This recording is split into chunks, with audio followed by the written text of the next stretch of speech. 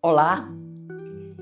Bem, nós terminamos o nosso último episódio tratando de temas e questões políticas no país, mas que também se estende a, vamos dizer, a desafios, conflitos, tensões no mundo, entre países, entre regiões, entre uma perspectiva de institucionalidade ou de governança hegemônicas, capitalistas e uma visão de mundo outro onde se resgata os fundamentos de Estado e de sociedade que contemple, que escute e que seja permeada por demandas da sociedade. Então isso está no mundo e nós estamos vivendo também esse desafio aqui no Brasil. Eu falei sobre perspectivas de Estado democrático de direito, que esconde o liberal e o neoliberal, o Estado liberal democrático de direito, na atualidade, está muito ligado a uma perspectiva neoliberal de direita, né? Onde o conflito de interesse se sobressai, impera, né?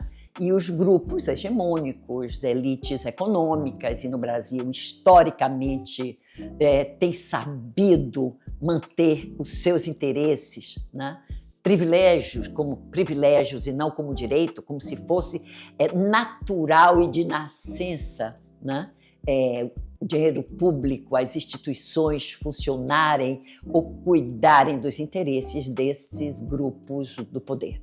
Versus uma sociedade que amadurece, que demanda, que politicamente se coloca com voz, que sabe o que quer, que elege governantes, programas mais à esquerda ou progressista, como alguns chamam, a partir de um sujeito de cidadania ativa, né?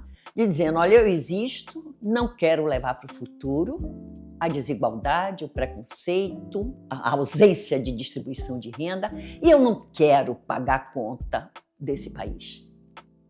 Estou cansado de pagar a conta desse país. O que é que eu estou querendo dizer com isso? Que nesse conflito, que alguns chamam, ou que se expressa mais visivelmente enquanto conflito de interesses, eu acho que precisamos resgatar um conceito que antecede na perspectiva, como eu já me referi na conclusão do último episódio sobre conflito de classe. As forças políticas expressam essa polarização ou essa demanda de Estado, como também eu já me referi, a um Estado como expressão de condensação de correlação de forças. E o que é que a gente pode ver como elemento visível dessa tensão de classes? É exatamente uma dimensão de um poder, no caso do Brasil, o poder legislativo invadindo atribuições ou tomando posse de 1/3, segundo os dados, do orçamento da União. É possível ouvir estudos, ler especialistas denunciando que não existe referência ao parâmetro no mundo do poder legislativo dominar mais do que através de emendas, e aí a situação das emendas parlamentares no Brasil é quase que única no mundo, né? Não exclusiva, mas 1/3, 25% do orçamento público, que é atribuição do poder executivo, né?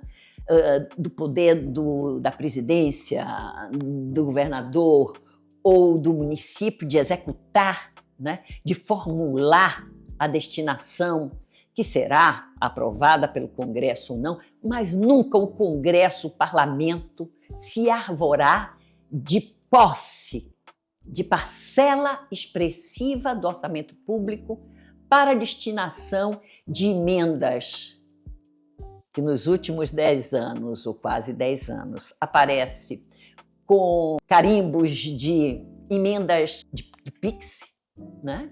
Sem a responsabilidade, fundamentos de responsabilidade e das divisões de poderes, como transparência, vigilância, fiscalização desse dinheiro, especialmente a transparência, como rasgar elementos constitucionais no acesso, na utilização, na destinação do dinheiro público, como responsabilidade do Poder Executivo. Então, e quando o Poder Executivo, que também tem responsabilidade sobre regulação tributária, é considerado como invasão de atribuição do Legislativo. Então, essa separação de poderes, das responsabilidades de cada um dos poderes, executivo, legislativo e judiciário, estão sendo questionadas por as pessoas chamam parlamentarismo orçamentário, que se apossa e que se acha no direito de exigir ou sequestrar atribuições do Poder Executivo. Então, esse é um elemento dessa tensão e desse conflito de interesse. Quando o Executivo passa a dizer, olha, o Estado de direito, ou Estado democrático de direito, ele tem responsabilidade social. Então, quem vai pagar a conta tem sido sempre o trabalhador que já tem os impostos cobrados nos seus rendimentos. Quem paga a conta deste país, falar de tributação é falar de quem é que paga, quem é que custeia. Não existe Estado sem impostos, né? Não existe política pública sem impostos, sem esse dinheiro público. Então, o que a gente assiste é essa dimensão e uma reclamação de que é preciso, nesse embate, e isso é muito importante, temos que estar atentos à justiça tributária, para que haja justiça social. Então, a justiça tributária é um meio de realização efetiva de um Estado social democrático de direito, de base na Constituição que nos rege, que nos orienta, né? Para que seja um Estado democrático.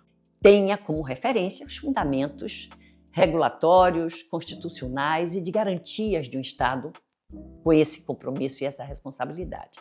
Então, a discussão, o embate, né? A defesa, né? Do direito, da atribuição do Executivo, né? Estabelecer impostos regulatórios é uma atribuição do Executivo e que está sendo reclamada devidamente nos termos da Constituição. Daí, recorrer ao Judiciário de modo a dizer, olha, o que nós estamos fazendo é da nossa responsabilidade. Nós não estamos invadindo a esfera legislativa de poder. Então, isso é muito delicado, né? E isso impacta sobre uma rearrumação que foi bagunçada nos últimos anos, nos últimos governos, a partir de um golpe de 16 contra a presidenta Dilma, como fiz referência. Então, essa é uma dimensão. A outra é algo que passa pelos mecanismos, às vezes não. No meu juízo de valor, ou nos meus estudos e pesquisa, mais do que uma opinião, é a percepção, a realização da política tomando como negociação uma finalidade, um propósito, traduzindo a negociação a partir de uma ação política de quem quer respeitar os fundamentos de garantias e responsabilidade social, mas colocando na mesa com o outro poder como se fosse negócios. Eu acho que dá para entender a necessidade da conversa, do parlare, né? Mas não pode abdicar da sua finalidade de proteção social, especialmente como promessa, como compromisso esse pelo qual esse governo foi eleito, de botar o pobre, a população, trabalhadores, o assalariado, no orçamento da União e os ricos pagarem aquilo que eles não querem, que sempre foram privilegiados ou isentados ou anistiados nas suas dívidas. Os dados que têm sido anunciados das isenções fiscais chegam à ordem de 800 bilhões de reais. Isso é muito dinheiro.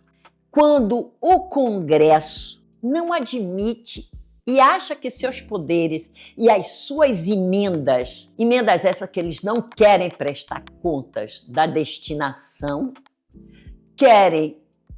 se apropriam desse 1/3 do orçamento público, através dessas emendas, para usarem como barganha nos seus territórios eleitorais. Não pode isso. Nós não podemos deixar isso. Nós não podemos assistir a essa discussão sem buscarmos as informações necessárias para uma compreensão mais séria, de exercício de cidadania, de exercício